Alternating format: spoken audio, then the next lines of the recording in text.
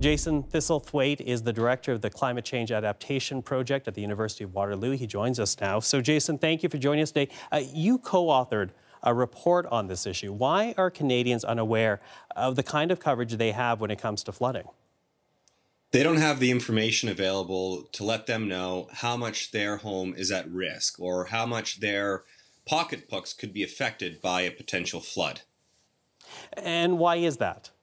Is that the information's not out there, or is it just information that's hard to find? It's very difficult to find. The way that we normally inform people about something like flood risk is through a floodplain map that delineates spatially where it's a dangerous area to live. These maps are different across the country.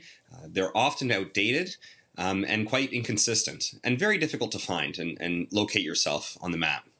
So difficult to find, to locate yourself on the map to know if you're actually at risk. But then there's another component of your report, because you also say while many Canadians pay home insurance, in fact, most Canadians do, they're not aware that there has been a change in the last few years that may not actually cover them for this type of flooding.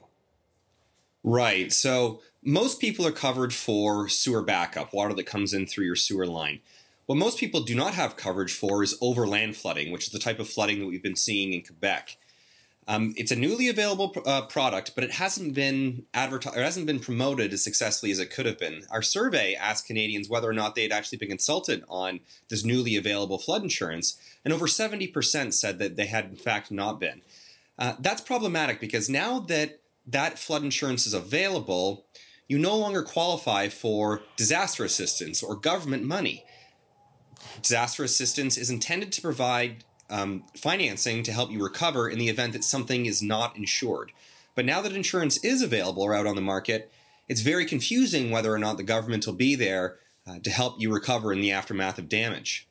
So the government makes the assumption that you need to have this insurance, and if you don't have that insurance, well, then that you are at your own fault, that they're not actually going to come in and help you out? That's exactly right. Some provinces have issued statements and letters clarifying that if you don't have this type of flood insurance, we're not going to be there to help you in the event of recovery from a flood. Mm-hmm. Well, you know, what's interesting about this is that we seem to be seeing more of these weather patterns, and worthwhile that you're raising this issue right now, because we do seem to be having more extreme weather, not only as we see right now in central and eastern Canada, but across the country as well. Climate change is definitely a factor in precipitation. There's a high level of confidence that with climate change, you're going to see more intense and frequent extreme weather events like we've been seeing over the last week.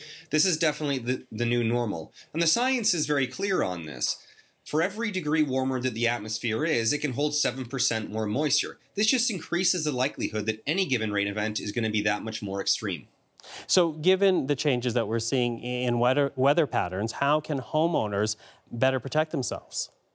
The first thing they need to do is sit down at their kitchen table and take a look at that fine print on their insurance contract and figure out just what they're covered for.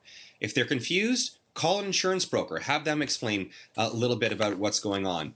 And the second thing I think they need to do is call their MPP or their MP and say that they're concerned about flood risk for their family and their property. Canadians, for the most part, have been kept left in the dark about just how dangerous flooding is to their property and to their families. It's the most common and costly hazard in Canada, and it costs Canadians $600 million annually out of pocket.